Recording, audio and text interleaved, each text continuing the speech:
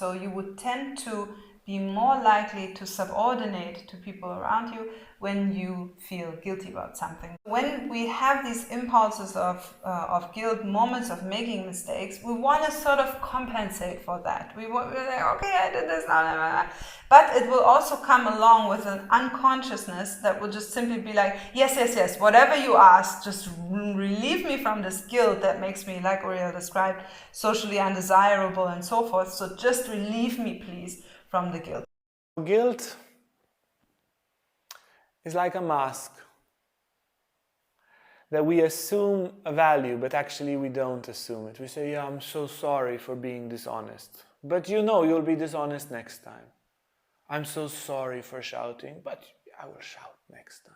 This is something that happens, okay, you have a terrible experience and then you sort of install that negative self-image, and then from that you will roll around in guilt. But you can also go the other way around. You might roll around in guilt all the time and you started initially feeling, fair enough, quite okay. But in time, as you keep living and therefore making mistakes, you accumulate more and more of a negative self-image of yourself, which will create more and more guilt, and more guilt will negatively affect your self-image, and so forth. To take Nietzsche's declaration, if it wasn't for guilt, you would have to be punished every time you do something wrong, and you would continuously do wrong things, and you would have to be punished per action. And that's just too much for society to punish you, so you have to self-punish yourself. If our system is not open and relaxed and like, okay, yes, I do mistakes, that happens, and now let me take a little bit of an overview of what's going on with my life, and then I can move forward from there. You see, 1 hour of true remorse can change your life forever. Real remorse, when it appears, it breaks the roots of evil and disharmony inside, deep in the heart. Real remorse dissolves parts of the ego. Once you realize you've done something that hurts, that wall which was keeping you from love starts to dissolve in that moment, and you begin to love again.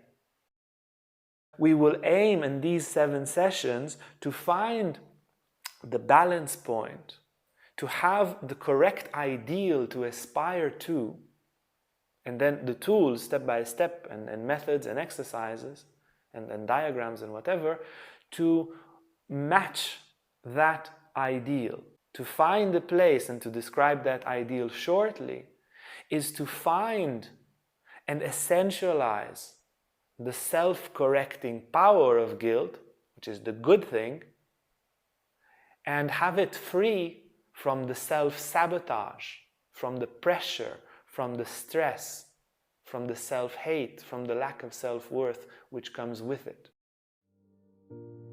For more information, courses, lots of articles, videos and podcasts on Tantra, yoga and spirituality, visit tantrayogathailand.com.